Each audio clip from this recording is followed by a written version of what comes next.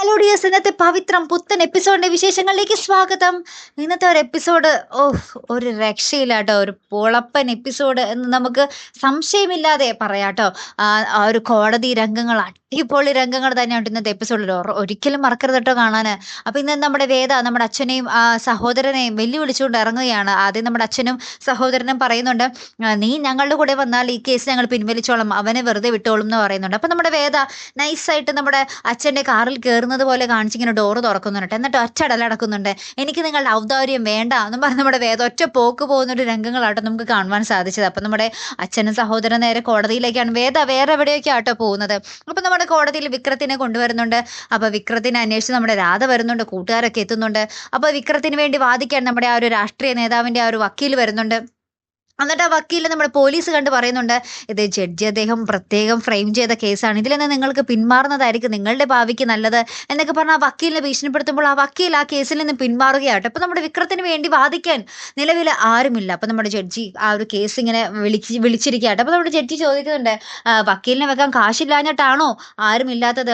എന്തായാലും കൊള്ളാം എന്നൊക്കെ പറഞ്ഞ് ഇങ്ങനെ പുച്ഛിച്ചിരിക്കുമ്പോൾ അവിടെ ഇരിക്കുന്ന ഒരു ജൂനിയർ വക്കീലിന് മെസ്സേജ് വരുവാ, I will be there in 5 minutes എന്ന് പറഞ്ഞിട്ടോ. അപ്പോൾ ആ വക്കീൽ ഇങ്ങനെ എഴുന്നേറ്റിട്ട് ഇങ്ങനെ പറയും, ഇദ്ദേഹത്തിന് വേണ്ടി ഹാജരാകാൻ വക്കീലുണ്ട്, ഇപ്പൊ തന്നെ എത്തും എന്ന് പറയുന്നുണ്ട്. അപ്പൊ ആ ജഡ്ജി ചോദിക്കുന്നുണ്ട്, നിങ്ങളാണോ എന്ന് ചോദിക്കുമ്പോൾ ഇല്ല, എന്റെ സീനിയർ ആണെന്ന് പറയുന്നുണ്ട്. അപ്പൊ തന്നെ നമ്മുടെ ദർശന്റെ ഒരു എൻട്രി ഉണ്ട് കേട്ടോ. അയ്യോ, ആ ഒരു എൻട്രി ഉണ്ടല്ലോ, നമുക്ക് കാണുമ്പോഴേ അതിന്റെ ഒരു ഇത് മനസ്സിലാകുള്ളൂ. ആ ഒരു കോട്ടൊക്കെ ഇട്ട് വരുന്ന ഒരു അടിപൊളി എൻട്രി തന്നെ കേട്ടോ, ഒരു രക്ഷയില്ലാട്ടോ ആ എൻട്രി.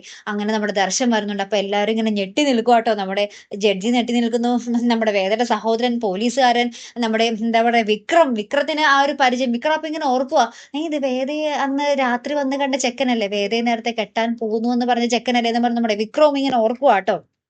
അങ്ങനെ നമ്മുടെ എന്താ പറയാ, ദർശൻ വന്നിട്ട് വാദിക്കുന്ന ഒരു കിടിലൻ രംഗങ്ങൾ തന്നെയാണ് കേട്ടോ കൂട്ടുകാരെ ഇത് കാണുവാൻ സാധിക്കുന്നത്. ഒരു രക്ഷയിലാട്ടോ. നമ്മുടെ വേദയുടെ വരവുണ്ട്, അതിന് പിന്നാലെ ഇപ്പൊ നമ്മുടെ വിക്രം, നമ്മുടെ ദർശൻ ഇങ്ങനെ പോയി കഴിഞ്ഞാൽ നമ്മുടെ വിക്രം ഇങ്ങനെ പുറകിലോട്ട് നോക്കുന്നുണ്ട് നമ്മുടെ വേദനെ. അപ്പൊ വേദ കറക്റ്റ് ആയിട്ട് ഇങ്ങനെ വരുന്നൊരു രംഗമാട്ടോ. ഒരു രക്ഷയില്ലാത്ത ഒരു എൻട്രി ആട്ടോ നമ്മുടെ ദർശന്റെയും വേദയുടെയും, പറയാതിരിക്കാൻ വയ്യാട്ടോ.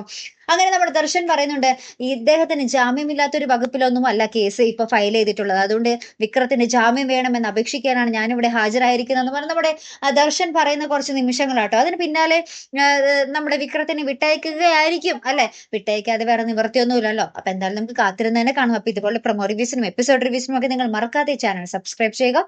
അടുത്തൊരു വീഡിയോ വരുന്നത് വരയ്ക്കും ഗുഡ് ബൈ.